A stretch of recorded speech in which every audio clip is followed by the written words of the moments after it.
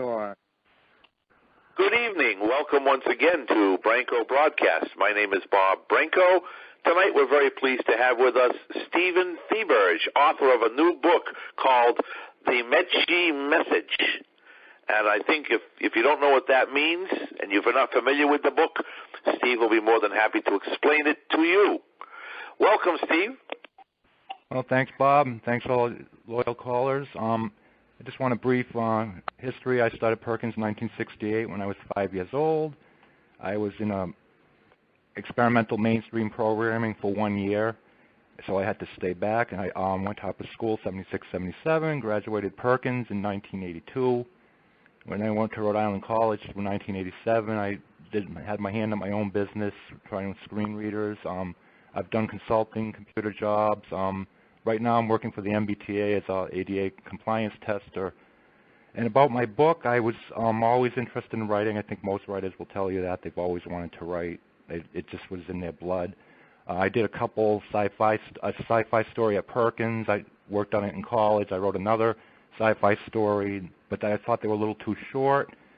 I was going to just do a straight autobiography, and I'm sure that would have been fine, but I kind of wanted to spice it up a little bit. That fiction, fact, all mixed up. And so a lot of the book is stuff that happened at Perkins. If you went to Perkins, a lot of you I know are a little older than me, but you'll recognize a lot of things that happened. There is a dark side to the book as far as people, the bullies, but there's also positive messages in there, so it's not all dark. It's I tried to be creative. I hope people enjoy it. I know it's accessible. The formats you can get Converter. If you do, like Kindle books are accessible, and I will be trying to get that on Audible and Bard at some point. It's just been a week since it's been out, so I guess that's about it. I guess I'll open it up for questions.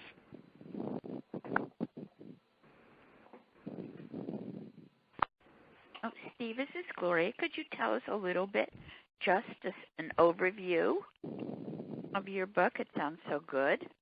Yeah, there's a main character named Andre. He's legally blind. It's his story going to Perkins, although I don't specifically say Perkins. There's a character. There's like three stories in one. There's a character that believes he's talking to aliens, and there's a message, and they think he's crazy at first, to put it in not so nicely. So these three stories kind of intermingle. Like they get the story of Andre, and it's like, who's this guy? And it kind of unfolds. A lot of it is the Perkins stuff, and it's kind of like you could say three stories in one. So there's a little bit of stuff for everyone in there. It's not overly sci-fi. I mean, it's definitely sci-fi in there, but it's not. It's kind of like three stories in one, you could say, because they have the John character that's talking to the psychiatrist about having talked to the aliens, and then there's the Andre character at Perkins and all the. Well, I shouldn't be saying that, but you guys, it's fine. But it is Perkins, but I don't mention. Like Bob was asking me about like who was Miss. I use first names and initials, so because I didn't want to get too specific, and a couple names changed, but it's kind of like the aliens have a message for mankind, and I don't know if you got the email. You all genres. You seem to be fact, fiction, science fiction, everything. Yeah, well, it's fictional. I mean, like I said, there's some fact in there. It's definitely a work of fiction, obviously, but it's kind of like three stories in one. I could put it that way. I don't know if you got the email that Bob sent. I like the description how it was. Leonor did the description. The synopsis. It was a good. Yeah, it's basically three plots in one, and they kind of how they connect up at the end. And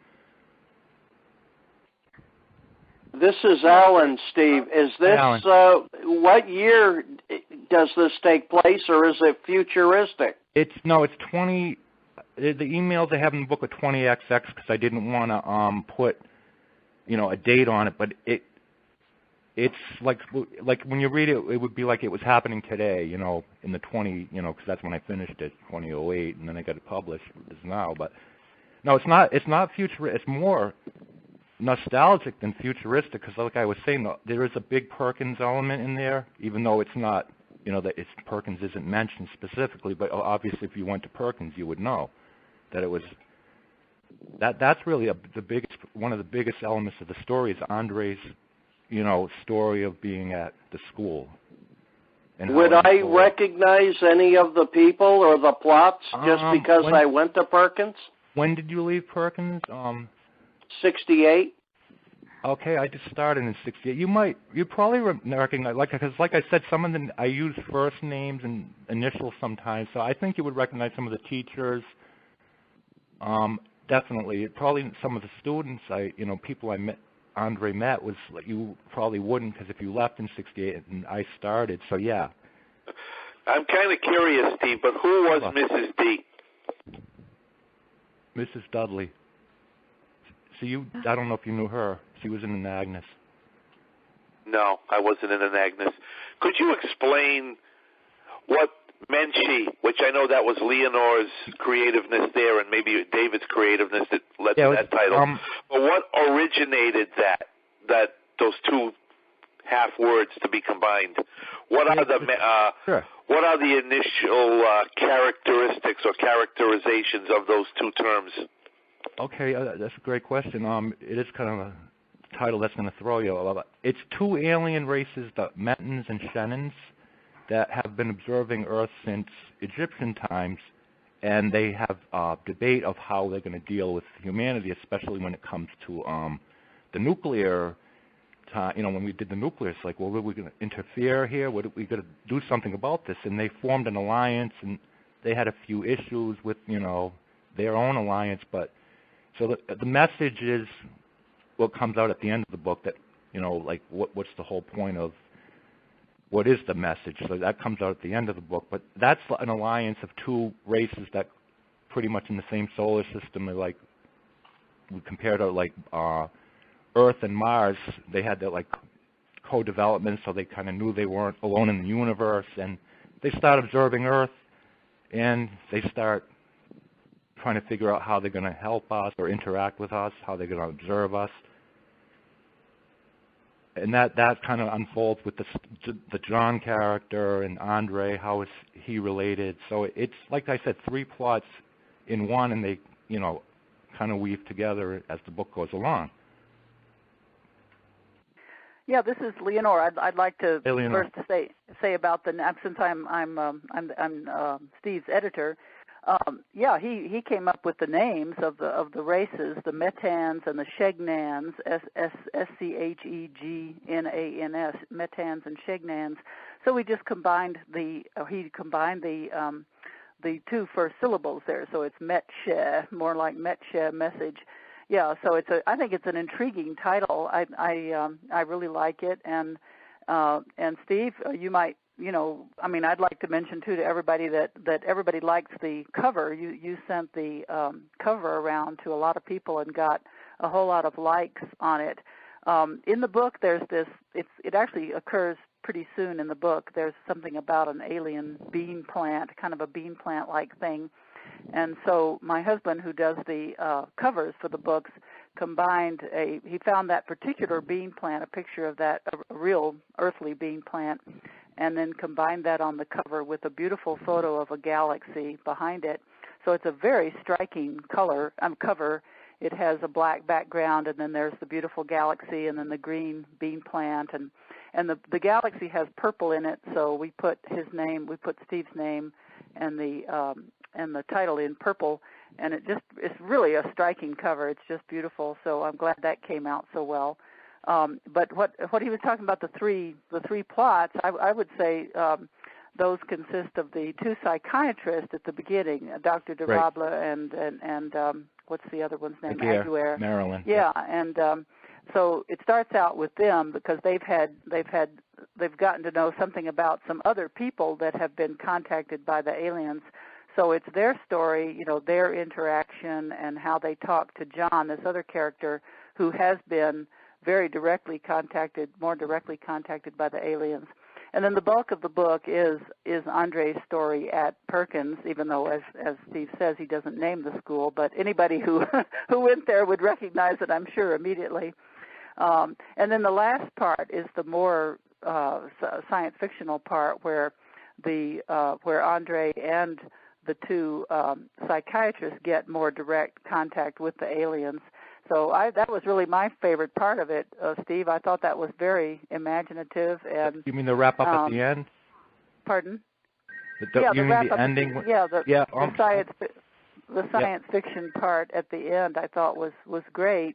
And I wanted to ask, since my husband and I are both writers too, and I know writers get asked this a lot, but how did you come up with some of these ideas, like the bean plant and the killer blue light ray and stuff like that? I just thought all that was really neat, and I just wondered if you had specific inspirations from somebody else, or something else that you've read, or those just came into your mind while you were writing. I would just be interested in knowing that. Yeah, I guess a lot of it was just over time it evolved, because like I said, the Matin ones was like I was a kid, and then I developed the Shannons in college, but it was very basic kind of.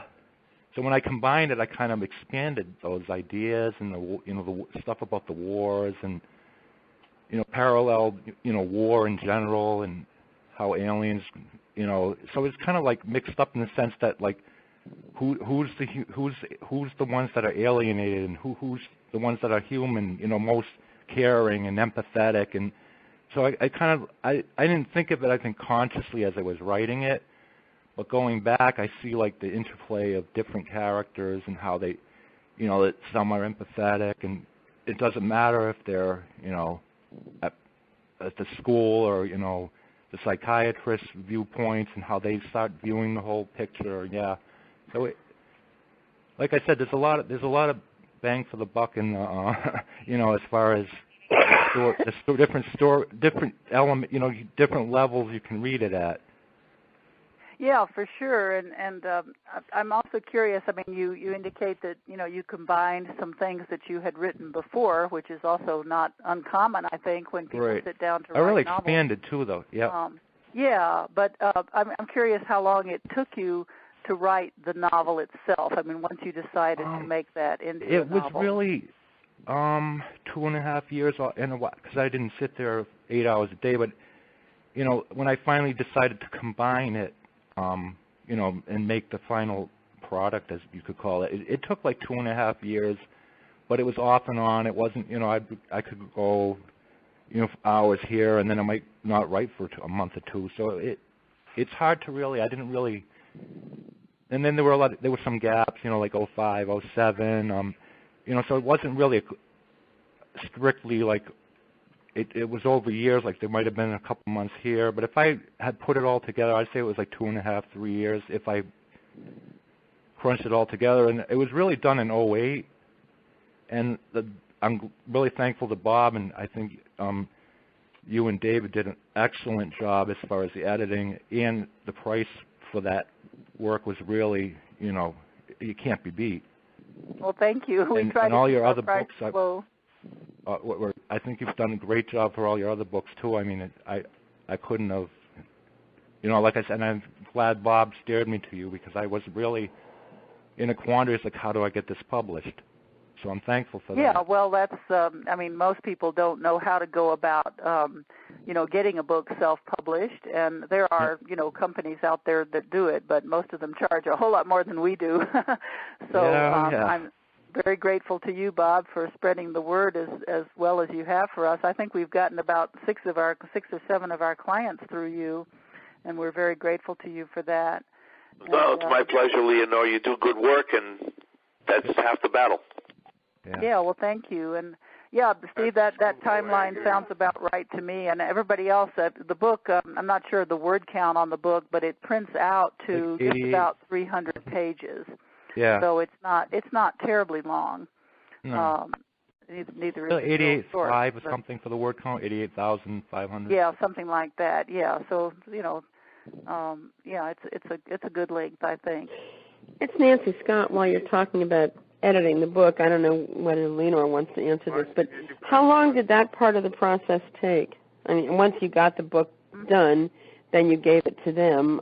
Was there a lot of back and forth? Was it complicated in any, how was that?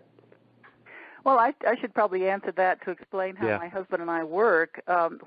We've been editing now for about 7 years, and my husband especially is a very prolific writer. He's had 27 books of his own published, and he writes mainly science fiction and horror, and I've had 4 books of mine published. But anyway, we did start about 7 years ago, and we've done books of all different lengths. So, of course, depending on the length of the book and how well it's written and all that, the time it takes can vary tremendously. But I'm not really sure. I would have to go back and look at the dates for when I started on your book, Steve. But what David and I, my husband and I, are doing now is that because he is such a good writer himself, he does what's called the preliminary editing. He takes the file the way it's sent to us as a Word file from the author, and then David goes over it for grammar, spelling, punctuation, spacing, all that kind of thing, more mechanical kind of things. And he also does the preliminary formatting, so he makes it look the way it's going to be, published in print. Then he sends it to me, and I go over it for more textual changes. If I feel like something part needs to come out, or something needs a little more explanation, or just changing words here and there, and sentence structure and that sort of thing. Now, I am sure that on Steve's book, David did a lot of preliminary editing, too, of the text. So this was definitely a work among the three of us. And we do always make sure that the author approves of what we've done. There is a lot of back and forth. Typically, we send the author the manuscript to read over, probably a couple of times usually. And then the other thing that we do is we order a proof print copy of the book, because don't ask me why this is true, but everybody who can see says that it is true, that you can always find typos better when you're looking at a printed page than you can on screen. It's absolutely true. I can confess to that, too. Yeah. It really is true.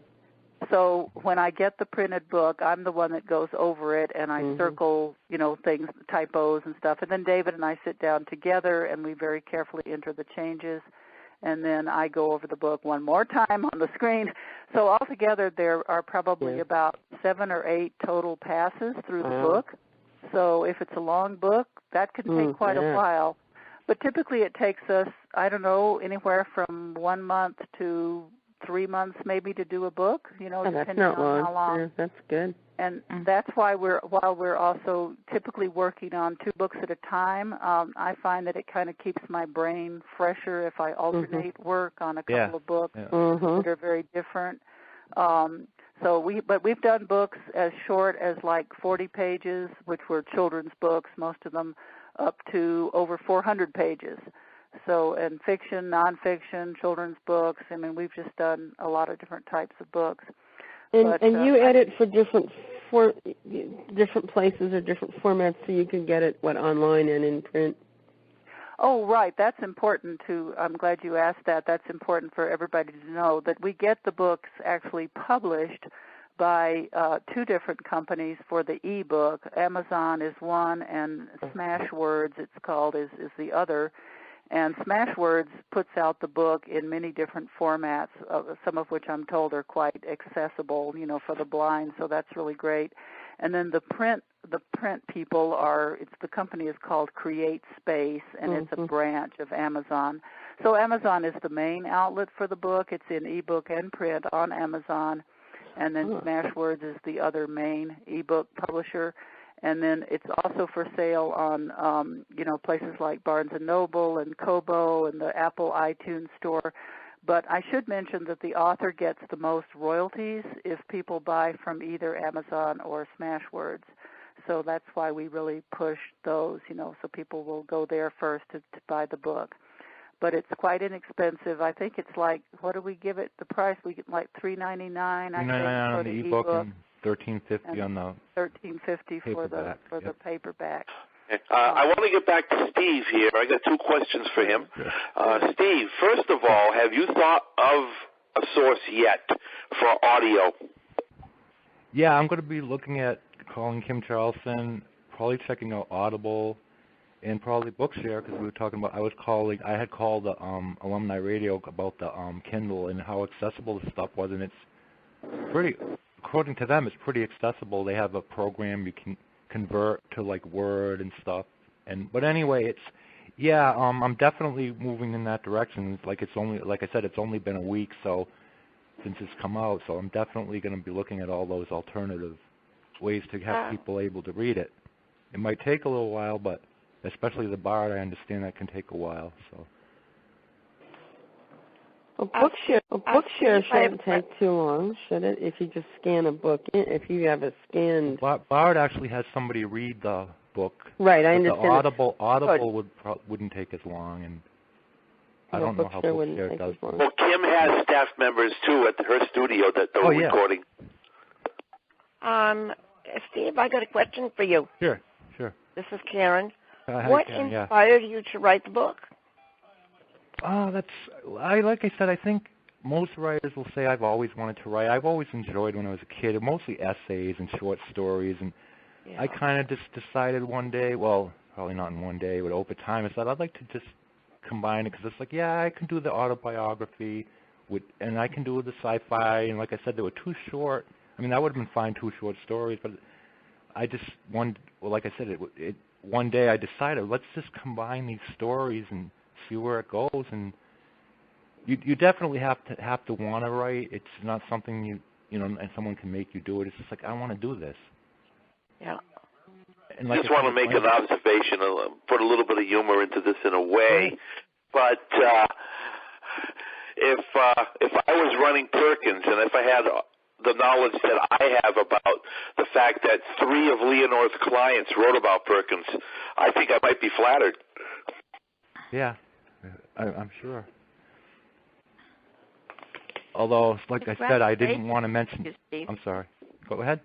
Go ahead, Gloria. Congratulations for the Thank you. effort and putting forth this, and for hoping that you have the best. So we'll open a bottle of champagne in your honor. So thanks. Yes. Thanks are great. Thank you. It's lots of artistic people don't do what their dream is, and you have your dream. Well, thank you. I appreciate that. We'll keep going and keep doing it. And now, well, I do have to say, it's early, but like I said, this book went up to 2008. So if I was going to do the second book, which I don't know when that would come out, probably not for a while. There'd be a lot of things, but that's like way in the future right now.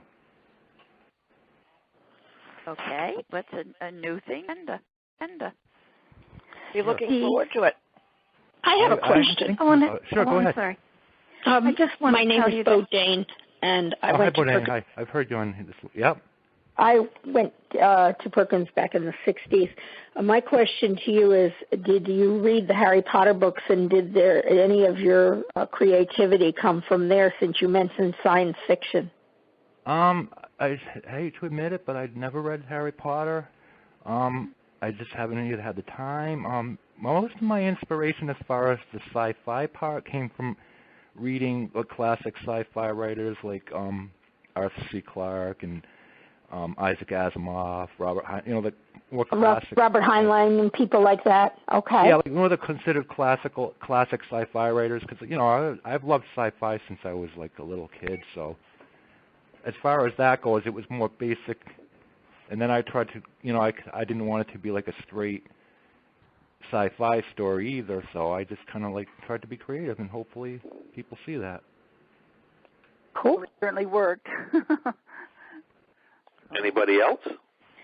Steve, it's Joni Leonard. Joni, yep. I just feel so honored to know you, and I think that writing is just so fantastic, and that the fact that you have created something is so fantastic. And you're a very modest person. You're very,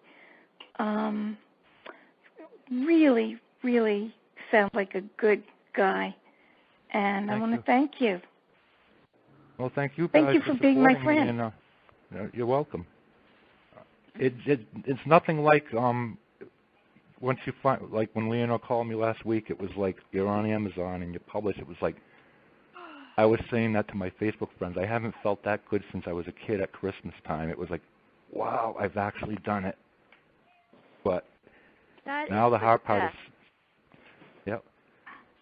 I think there's but no yeah, feeling you have to quite write. like it, I'm sorry. Steve. Yeah, it's Thanks. such a wonderful feeling, and yeah. I want to congratulate you too. But Thanks we again. know so many people who I'd say, I'd like to write a book someday, or they start something and they never finish it, and or they just get hung up on the publication part. And so, really, to have the idea to sit down and do the writing, to get it edited, to get it published, it really is an accomplishment. I mean, probably for every person who does get a book out there, there are 1,000, who have thought about it and don't do that. Yeah. So I want to congratulate you, too.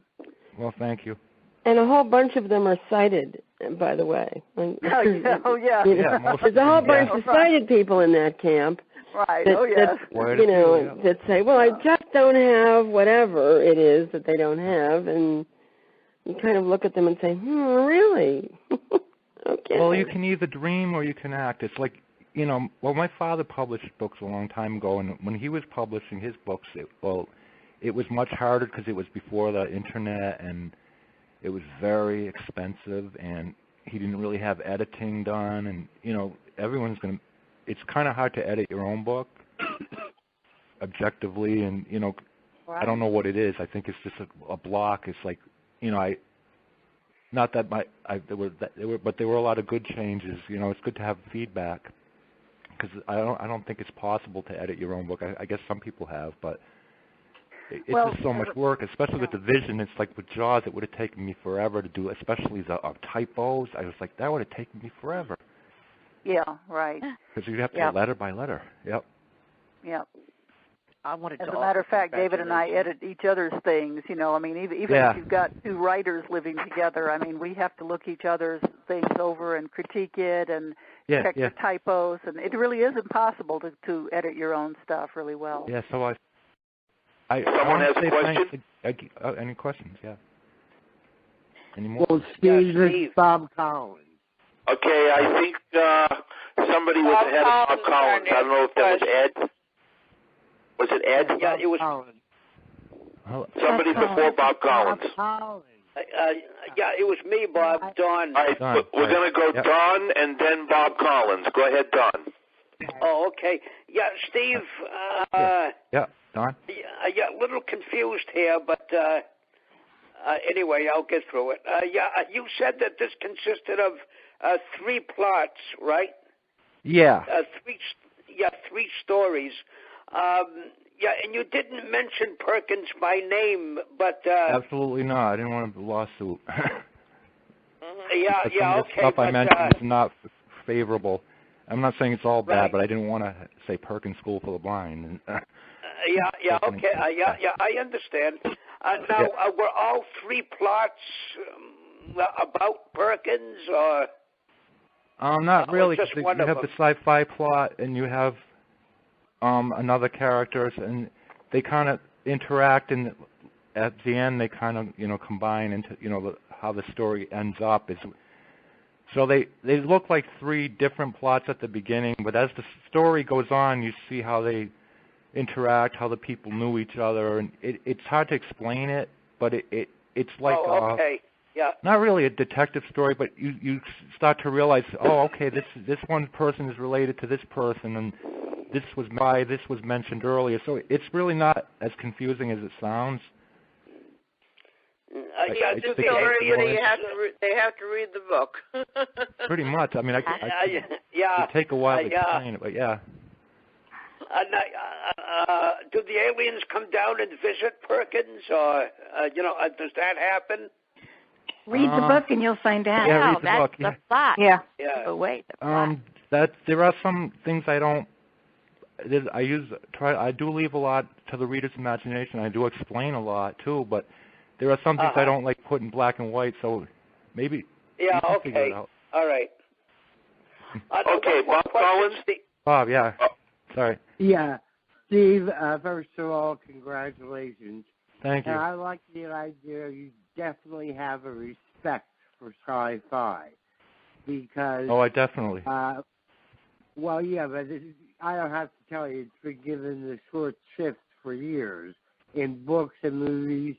And to me, the alien plot is reminiscent of what is now a classic sci-fi movie, The Day the Earth Stood Still. Oh, that's a classic, all right. Oh, yeah.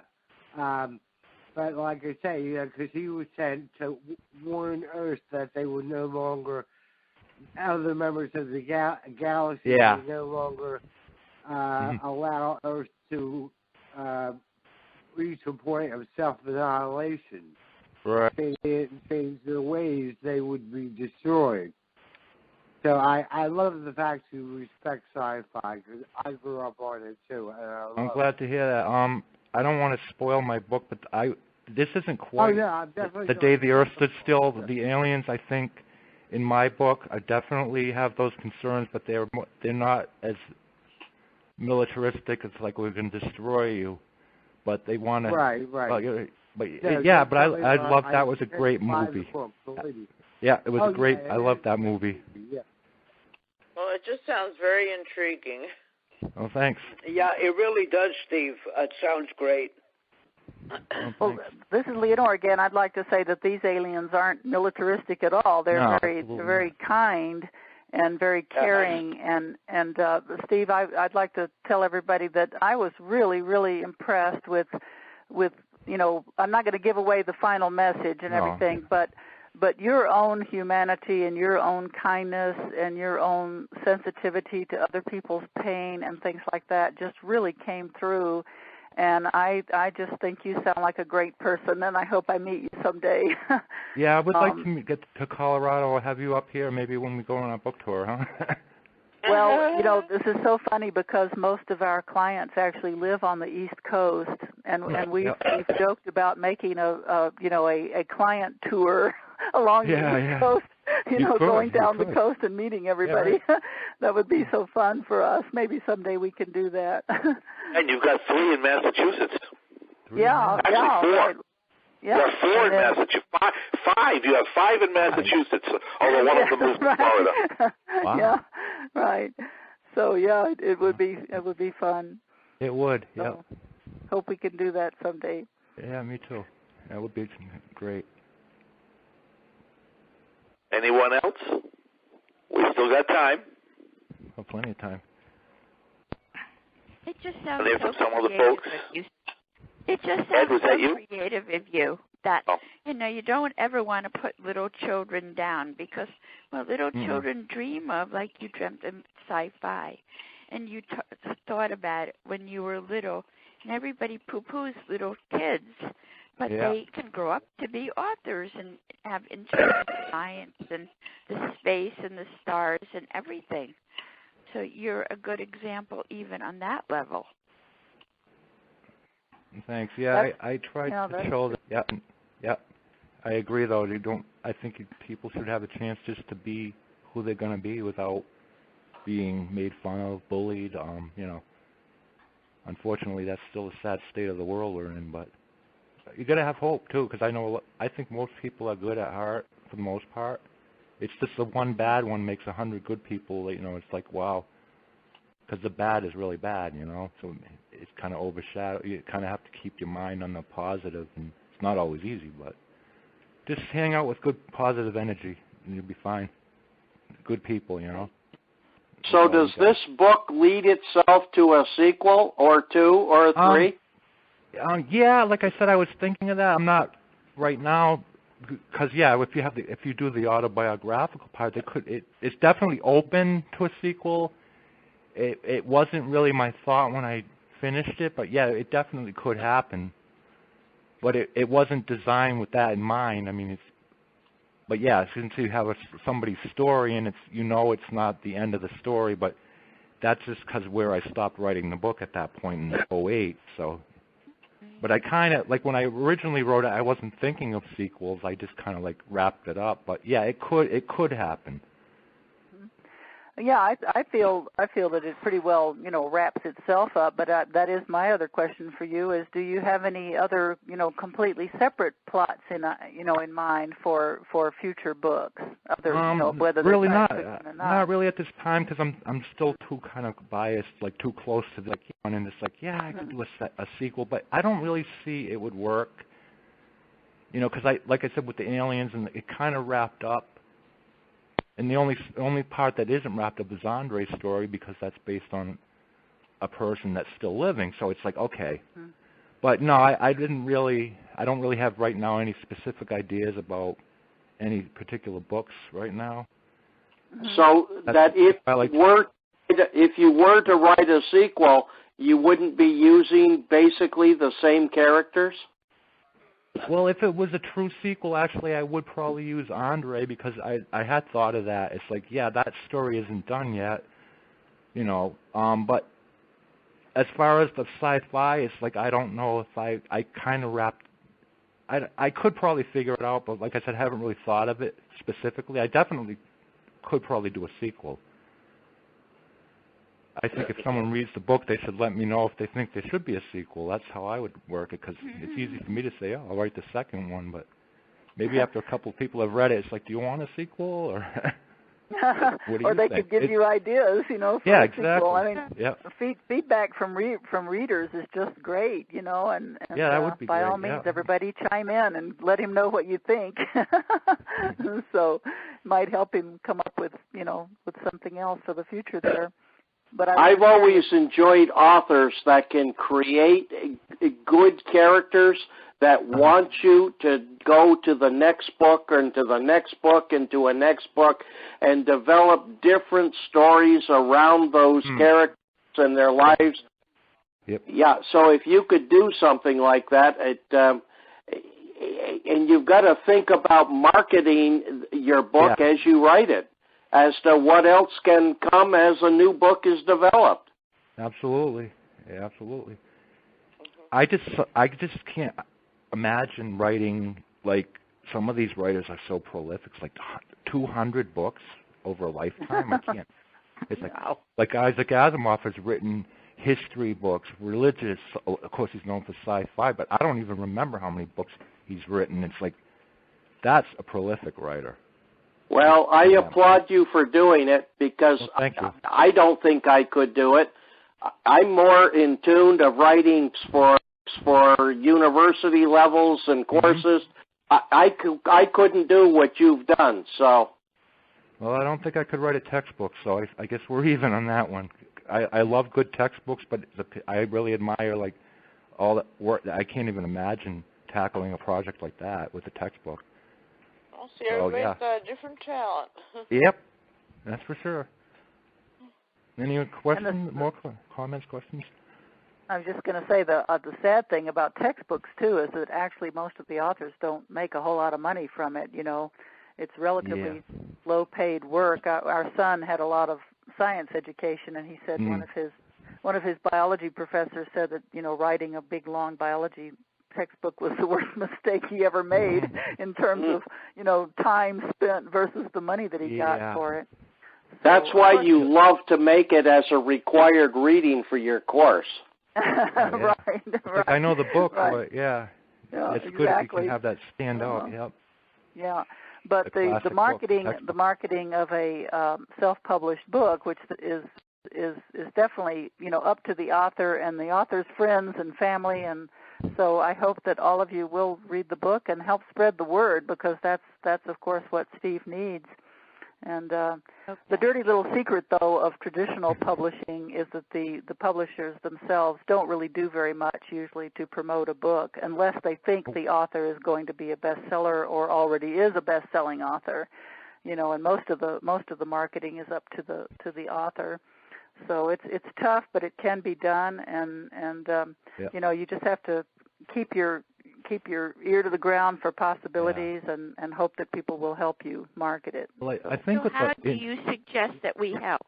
is there any way that you suggest that we could help Steve? Like yeah, call well, your local Barnes and Noble?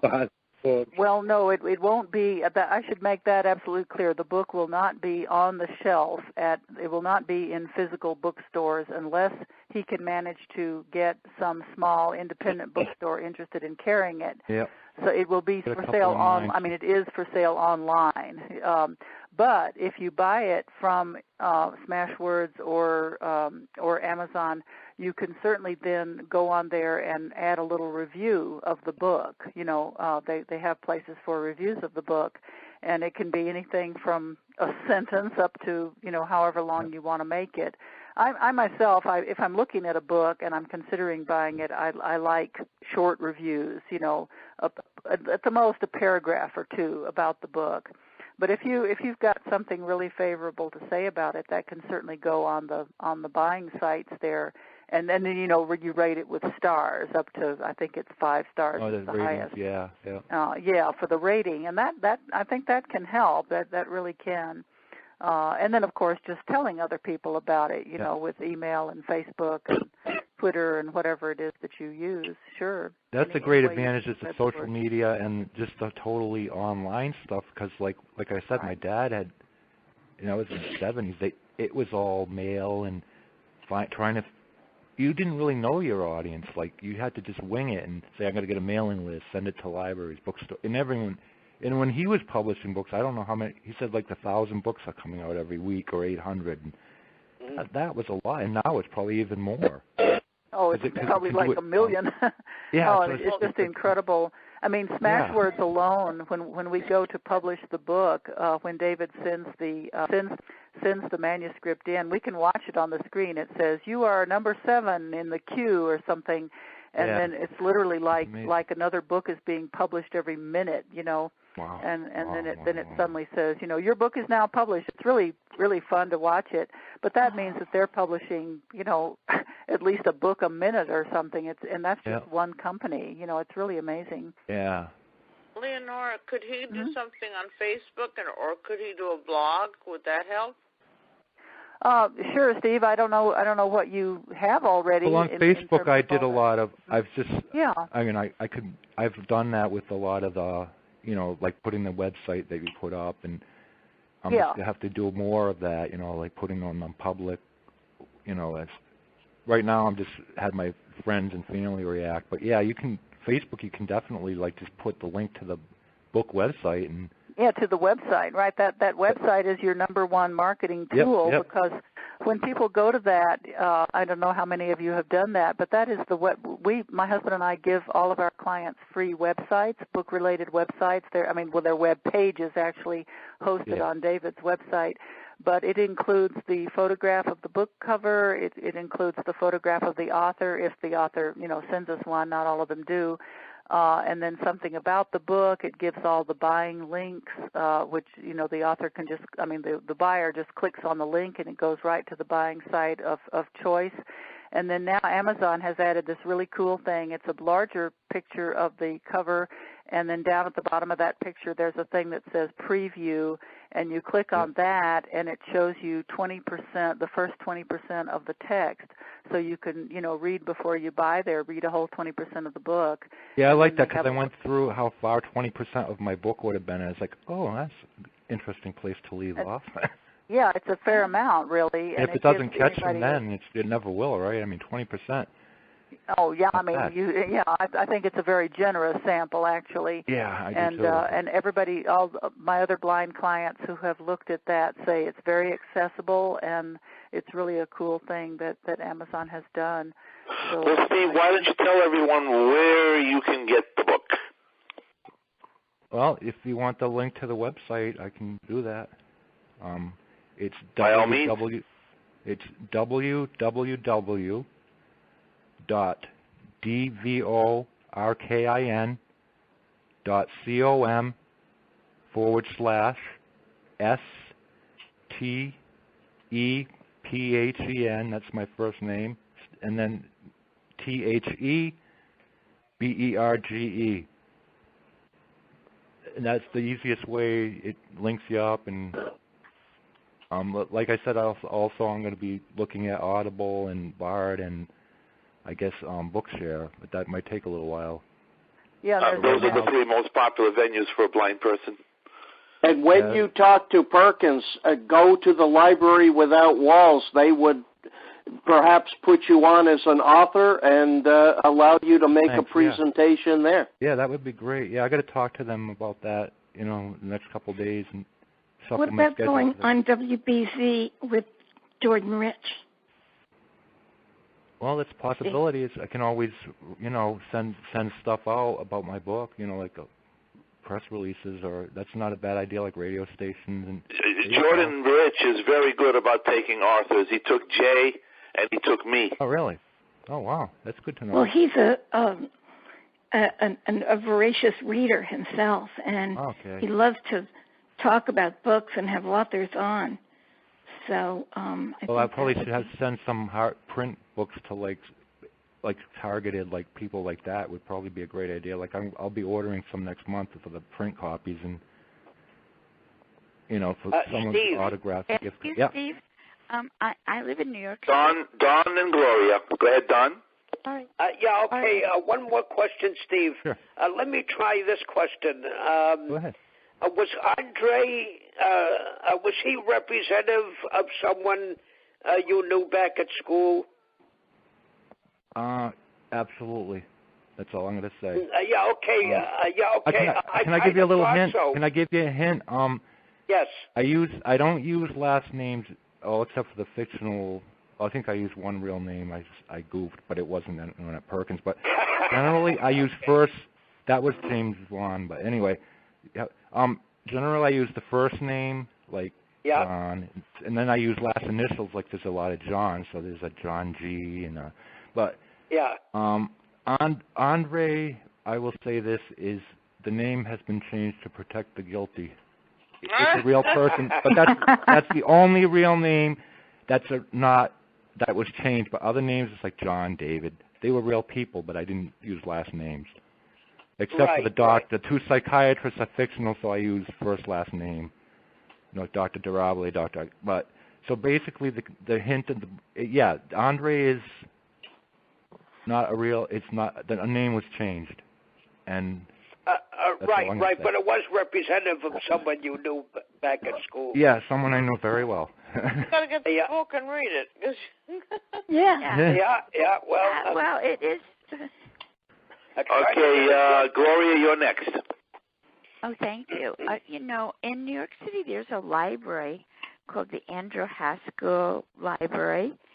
And they are in West 20th. Now, what if you sent a copy to them? I mean, it's for the blind and legally impaired, whatever they call it. Okay. And they promote a lot of books, and I would love for you to send them one. And we'll talk, and I'll give you the name and the number of the people there. They're just could you send that to Bob? I could probably get a print copy of the book over there because if they're doing that, there's probably a lot of places I can. Yeah, they have in each region, everybody has a library, but this one being New York City, being, such a vast community, it's an amazing place. So I will talk about that on maybe Saturday, okay, or however I do it. Yeah, I appreciate the suggestions because there's a lot of resources out there, and it's hard to sometimes pinpoint, but that's great. Thanks for the info. Yeah. Steve, it's Joni. Hey, Joni. Yeah. I'm sorry. Gloria was still talking. Oh, yeah. No. It's hard to hear. We'll do it. Joni, go ahead. Steve, Bookshare, if you go to their website, which is bookshare.com, right? I'm sorry, Joe started talking. If you go to bookshare.org, there's a place for authors. And you can even call them. They have a phone number. Yeah. And they'll definitely be doing that very soon. Because they should get your book on pretty quickly. Okay. That's great. Thanks, Joni. Yep. Okay. I know it's some book here. You'll probably read it, definitely, right? Yeah, David can do that. Absolutely. Okay, David is in the process of getting the books on Bookshare. I think it's Bookshare, unless I'm mistaken about the name. But David has been taking care of that, for our okay, authors. I didn't. That's great. Oh, that's great, because as soon as I see it, I will download it immediately. All right. If not sooner. There you go. I'm a Bookshare addict. Yeah, you're an avid reader. I know you like to read all kinds of. So that's great. I admire that. Thank you. I've read a lot, but you people are like awesome. It's like, wow. I wish I had more time to read what I wanted. If life wasn't so short, I could just read forever, But it depends what you have, what's going on in your life, and sometimes I read a lot. Sometimes I'm busy with other things, and not just writing. And we have time for about two more. See, Gloria, I have a question. Sure. So Lauren and then Karen. Lauren. Get the information from Gloria and send it on to Bob, and Bob can send it on to you, okay? Great. Yeah, that'd be great. Thanks. Yeah. Okay. All right, Karen? Yes, I have a question, Steve. Sure, Were you Karen. ever influenced by an author, the author who wrote A Wrinkle in Time, Madeleine L'Engle, or did you ever read a book? I can't say I remember reading it. I probably did a long time ago, but I was influenced by the sci-fi in general. I don't think I would say one author. Actually, before I started really writing in like 2005, I kind of brushed up on some basic sci-fi authors just to see the techniques and kind of just to give me direction as far as not just winging it. It's good to have examples of. And I also like classical literature because as far as expressing ideas and it's hard to explain it, but I like to read what's out there rather than because it's not easy just to come up with stuff yourself. But I like I did a variety of different books. Just all my life, just in general, I like eclectic. I guess I could say I am as far as my reading. Although, of course, sci-fi is my favorite, but I will read almost anything within reason. I like an open mind about what I read, because it makes you a better writer. I think it's almost impossible to be a writer without having something to back you up. Yeah, that's true. I agree. Yeah, that's true. Steve, I can't remember from what you said early in our acquaintance whether you had read any of David's books, any of David's sci-fi Well, books? I read the Star Trek Time Trap. I thought that was that was his second Star Trek book. Yeah, it was. I don't want to say cute, but I guess it was. But it was very well done because I'm a Trekkie, not like some people, but I do love Star Trek, and I mean I don't know what it is. Too, Steve.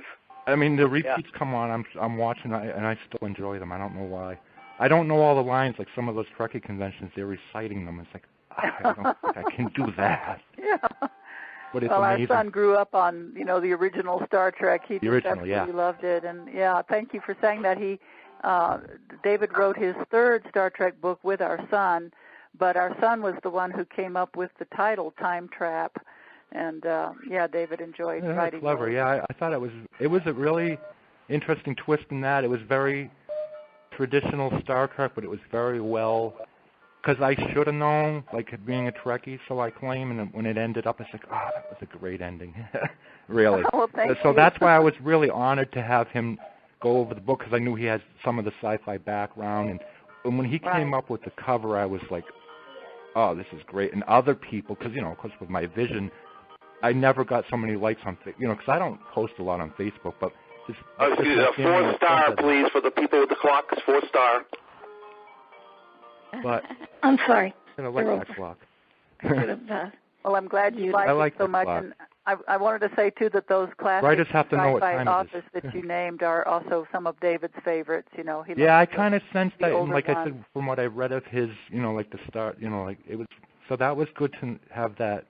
Someone in the same kind of ken as I was as far as the editing and and I know you're very open-minded because you've edited all kinds of books, so you don't go in with the assumption of you just read it and do a very good job of keeping it. It was interesting reading how it evolved when you edited it, and it was really awesome. I thought to have you kept my style in there, and it just evolved. It became better and better, and it was like, this is kind of cool how when we discussed some things we usually agreed, but some things we worked out, and it was great. Well, thank you very much. We try extremely hard to do that. We see that as our duty as editors, to absolutely keep the author's story and voice and 90% at least of their words, and just make it better as best we can. Thank you. So I appreciate that comment. It seems that both of you are lucky to have found each other. So I say thank you to both of you for being so supportive of each other. Well, thank you, and it's really due to Bob getting us together. I mean, Bob has just been the most wonderful resource, for finding. In fact, the vast majority, David and I have now put out 27 or 28 books by other authors in 7 years here, and the vast majority of our clients are blind.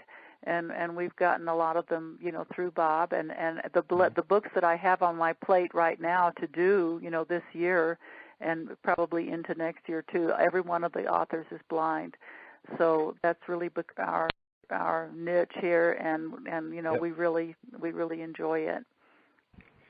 Steve, one more time for the website before we wrap up.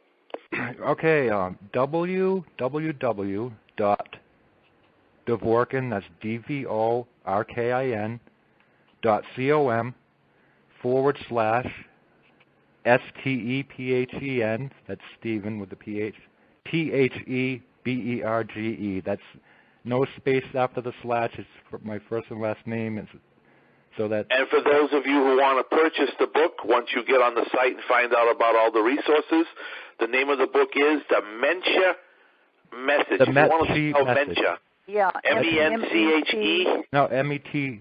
METCHE. Dementia. Yeah, it's M, capital MET, and then capital SCH. Let's see, SCHE. Yeah, SCHE. Yep. Yeah, Medshem, right? Yeah. But don't worry about the title. Because it's a combination of the two names. Yeah. Yeah, and then if you have his name and then the title, you'll have no trouble finding it on Amazon. But the best way, really the easiest way, is to go to that website. And normally, so we should say, "Nice to have met you." Yeah, there you go. I like that. Hey, you're a good marketer for me. Hi there. Very good. If you hit that with Jordan Rich, you'll get a big charge out of it. Nice to have met you. That's very creative. That's good. Advertising. There you go. Nice to have met you. Yeah. I like that. Yeah, that's great. That's great. Well, Steve, we appreciate you being on Branco Broadcast tonight. Good luck. Well, thank you, too. And I certainly will buy a copy, and I hope everybody who's listening to you right now will buy a copy. And by the way, Steve, back in 1976, when I first met you, it was an inspiration. Oh, thank you. I'll never forget you either. It's like working on those computers there. You kind of inspired me to go into computers. Well, thank you for that. I remember the day you came into the computer room and watched me make a program of a game, a random, select from a random pick. You get points. Yeah, it was so cool. Yeah. Yep. Thanks again, Steve, and good luck in the future, and hopefully you'll get a sequel out someday. That would be nice. Thank you for everyone for supporting me and being here and calling. It's great. Yeah, and congratulations, Steve. Congratulations. Thanks. Congratulations again, Steve. Good job, then. Best of luck to you. Take care.